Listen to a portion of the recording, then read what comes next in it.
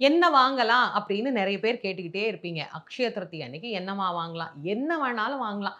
உங்களுக்கு என்ன வாங்கணும்னு தோணுதோ, புதிதான பொருட்கள் எதுவாக இருந்தாலும் அக்ஷய திருதியை அன்று துவங்கவும் செய்யலாம், வாங்கவும் செய்யலாம். இப்ப நம்ம வீட்டுக்கு ஏதாவது ஒரு விசேஷம் வருது.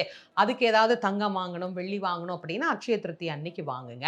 பட்டு வாங்கணும் அப்படின்னாலும், அக்ஷய திருதிய அன்னைக்கு வாங்குங்க. அதே மாரி அக்ஷய திருதிய அன்னைக்கு எதை துவங்கினாலும் அது மிக அற்புதமாக வளரும். ஏன்னா, இந்த நாளுக்கு அவ்வளவு ஒரு சிறப்பு இருக்கு அப்படிங்கிறதுனால, எதையாவது துவங்கணும்னு நெனச்சீங்கன்னா, ஒரு கடை துவங்க போறோம், நாங்க ஒரு சின்ன தொழில் துவங்க போறோம் அப்படின்னா கூட, அக்ஷய திருதிய அன்னைக்கு துவங்கலாம்.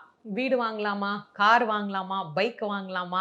நாங்க இந்த மாரி சின்ன சின்ன விஷயங்கள்லாம் நாங்க ஏதாவது வாங்கணும்னு நெனச்சிருக்கோம். அந்த நாள் அன்னைக்கே அத பத்தி பேசுறதோ, அத வாங்குறதோ செய்யலாமா? செய்யலாம். ஏன்னா, அக்ஷய திருத்தியை வளரக்கூடிய ஒரு அற்புதமான நலனை தரக்கூடியது. மகாலட்சுமியினுடைய அருளை தரக்கூடியது.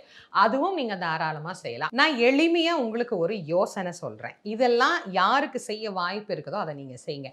எங்களுக்கே வசதி இல்ல. நாங்களே தங்கம் வாங்கணும்னு தான் நெனைக்கிறோம். எங்க வீட்ல சேர மாட்டேங்குது அப்படிங்கிறவங்கலாம், இந்த அக்ஷய திருத்தியை நாள்ல இந்த ஒரு விஷயம் செஞ்சு பாருங்க. அரிசி, பருப்பு, வெல்லம், காய்கறி, மளிகை பொருட்கள் இந்த மாதிரி உணவோடு தொடர்புடைய பொருட்கள் இருக்கு இல்லையா? உணவு சம்பந்தப்பட்ட பொருட்கள்.